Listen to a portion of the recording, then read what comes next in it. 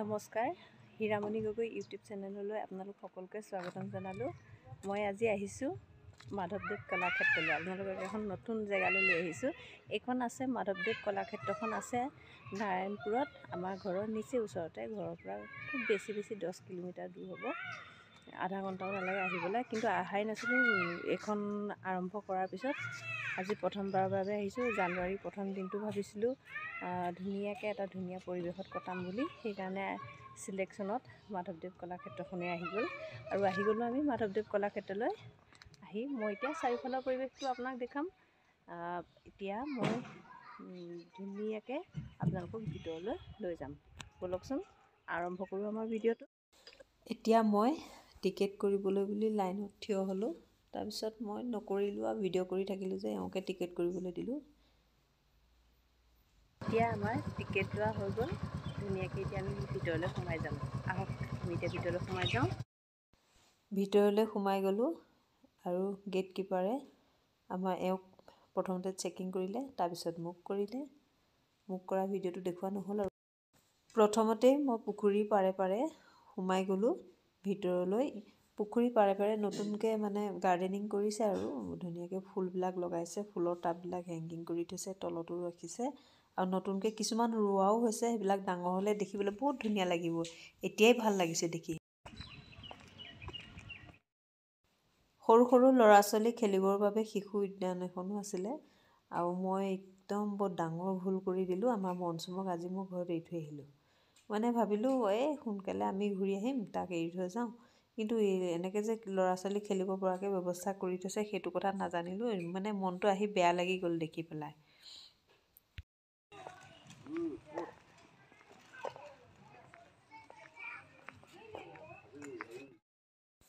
আমাৰ অসমখনৰ সংস্কৃতিৰ জগতখন সত্ৰীয়া নৃত্যৰ বাবে বিখ্যাত। এয়া সত্ৰীয়া নৃত্যৰ অংগী ভংগীৰে কিছুমান ষ্টেচু বনাই থোৱা আছে, যিবিলাক সত্ৰীয়া নৃত্যৰ ব্যৱহাৰ কৰা হয়। তাৰপিছত আমি ক্ৰমান্বয়ে আগবাঢ়ি গৈ দেখিলোঁ ইমান ধুনীয়া পৰিৱেশ যে সকলো ঠাইতে ডাষ্টবিনৰ ব্যৱস্থা কৰা হৈছে আৰু কোনেও ক'তো একো পেলোৱাও নাই, লেতেৰাও কৰা নাই। এটা সাৰিবলগীয়া কোনো মানুহ জৰুৰী নাই। আকৌ এগৰাকী এক্সট্ৰা কাম কৰা মানুহ ৰাখিবৰ বাবে। তাৰপিছত দেখিলোঁ এয়া এখন নাও ধুনীয়াকৈ বনাই থৈছে তাত। তাৰপিছত এখন আমাৰ জাতীয় পতাকা, সেইখনো ইয়াত ৰখা হৈছে, জাতীয় পতাকাখনো। এয়া আছে গেষ্ট হাউচ, গেষ্টৰ কাৰণেও ব্যৱস্থা কৰা হৈছে। তাৰপিছত লৈ যাওঁ, ইফালে এখন ধুনীয়া গেট, শৰাইৰ ওপৰত এখন গেট দেখা হৈছে, তালৈ লৈ যাম। এয়া আকৌ গাড়ী ৰখা স্থান, গাড়ী ৰাখিবৰ বাবে এইখন পাৰ্কিঙৰ ব্যৱস্থা কৰা হৈছে। এইখন এখন গেট আছে, দেখিছে এভাগ নামঘৰ। এইভাগ নামঘৰ আচলতে এভাগ সত্ৰ, বদুলা আটা, শ্ৰী শ্ৰী বদুলা আটা সত্ৰ। এই সত্ৰভাগলৈ মই আগতে আহিছিলোঁ। তেতিয়া কেঁচা নামঘৰ আছিলে, ডাঙৰ নামঘৰ আছিলে, কিন্তু কেঁচা নামঘৰ আছিলে আৰু এটা ধুনীয়া ডাঙৰ পুখুৰী আছিলে। চাৰিওফালে ভকতসকল থাকিবৰ বাবে সত্ৰৰ চাৰিওফালে যেনেকৈ হাতী থাকে, আপোনালোকক মই আগৰ ভিডিঅ'ত মাজুলী যোৱা ভিডিঅ'ত দেখাইছিলোঁ। হাতী, ভকতসকলে থকা ঘৰক হাতী বুলি কয়, তেনেকুৱা আছিলে। এতিয়া ধুনীয়াকৈ পকাকৈ বনাই দিলে। এয়া অসম চৰকাৰৰ আচলতে বহুত ভাল খবৰ বাৰু। অসম চৰকাৰে শ্ৰী শ্ৰী বদুলা আটা সত্ৰখনক এটা নতুন ৰূপ দিলে। এতিয়া সত্ৰভাগলৈ অকণমান সোমাই যাওঁ, ব'লক। তেওঁলোকৰ লগত কথা পাতিলোঁ। ইয়াত বাঁহৰ শিল্পকলা বিক্ৰী কেন্দ্ৰ, প্ৰশিক্ষণো দিয়ে কেনেকৈ বনাব লাগে। আৰু তোমালোকে জানা নাজানা বনাবলৈ? জানা? শিকাই আছে। এওঁলোকে শিকি আছে, বিক্ৰী কৰে। এতিয়া বন্ধ আছে ন? ককাজন নাই, বন্ধ আছে। খোলা থকা হ'লে সোমাই পেলাই চালোহেঁতেন, পচন্দ হোৱা হ'লে লৈ গ'লোহেঁতেন। তাৰপিছত এতিয়া আকৌ আগলৈ যাওঁ। কৃষ্ণ ঘূৰি থকাৰ মাজতে সত্ৰৰ ভিতৰত সোমাই নামঘৰৰ ভিতৰত সেৱা এটাও জনাই ল'লোঁ, নতুন বছৰ বুলি। সকলোৰে মংগল কামনা কৰি। বৰ ধুনীয়া পৰিৱেশ ভিতৰতো।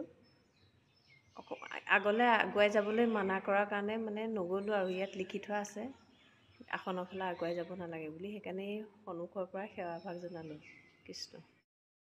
লগ পালোঁ, আতৰিজনৰ লগত কথা পাতিলোঁ, খুব ভাল লাগিছে। আতৰিকে এতিয়া মই সুধিম আৰু দুটা এটা, আপোনালোকে জানি ল'ব। মোৰ মুখে জনাতকৈ আতৰি মুখে জনাটো বেছি ভাল হ'ব, নহয় জানো? আপুনি ইয়াত থকা কিমান বছৰ হৈছে? মই ইয়াত সৰুতে মানে 6 বছৰতে অহা। 6 বছৰতে অহা। 6 বছৰতে 6 বছৰ পৰা এতিয়া ইমানটো হ'লো আৰু। ইমানটো হ'লেগৈ আৰু। এতিয়া থাকিতো বহুত ভাল লাগে ইয়াত। ইয়াততো আৰু ধুনীয়া পৰিৱেশ এটা। আমাৰ মাধৱদেৱ কলাক্ষেত্ৰ হ'ল আৰু সত্ৰখন তাৰ মাজতে আৰু কাষত কলাক্ষেত্ৰ। আমাৰ ভকত 20জনমান আছে।